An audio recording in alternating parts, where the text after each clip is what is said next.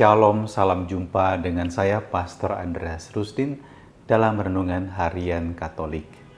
Hari ini, hari Selasa, tanggal 16 Mei.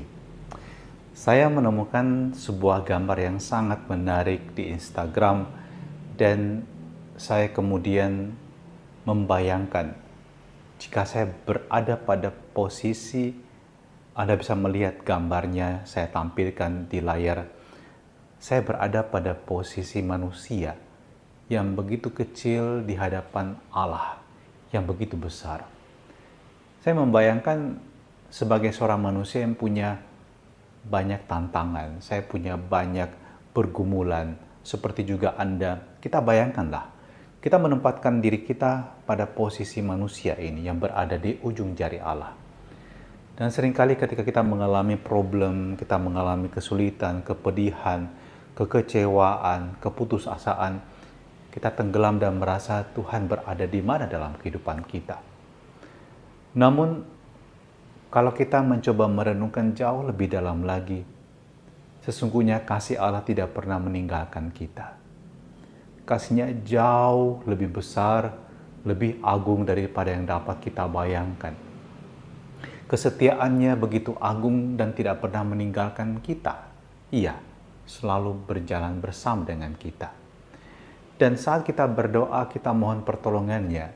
Saya yakin Anda pun mengalami dalam hidup Anda pada saat mungkin kesulitan berkepanjangan Anda hadapi, bukan hanya seminggu, bukan hanya sebulan, mungkin tahunan, dan membuat Anda lelah dengan pergumulan dan perjuangan Anda.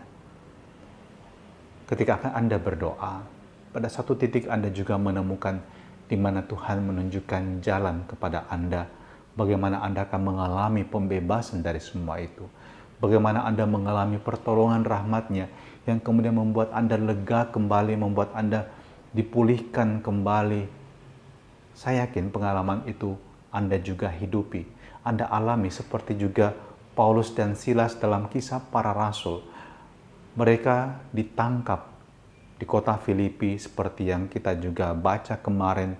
Di sana mereka ditangkap dan dimasukkan ke dalam penjara karena sesuatu yang bukan karena mereka melakukan kejahatan, tapi karena para pembesar di kota itu tidak menyenangi dia.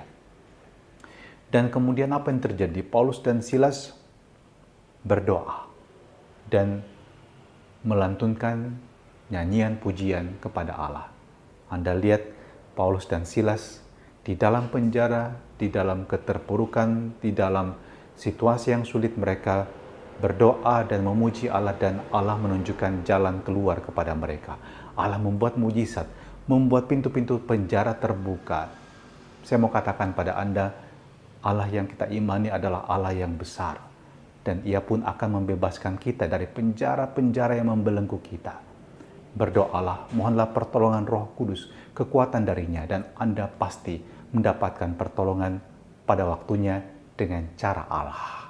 Mungkin bukan dengan cara kita, tapi dengan cara Allah menyelamatkan kita. Dan terimalah berkat Allah yang Maha Kuasa atas diri kita dan perjuangan kita sepanjang hari ini, dalam nama Bapa dan Putra dan Roh Kudus. Amin.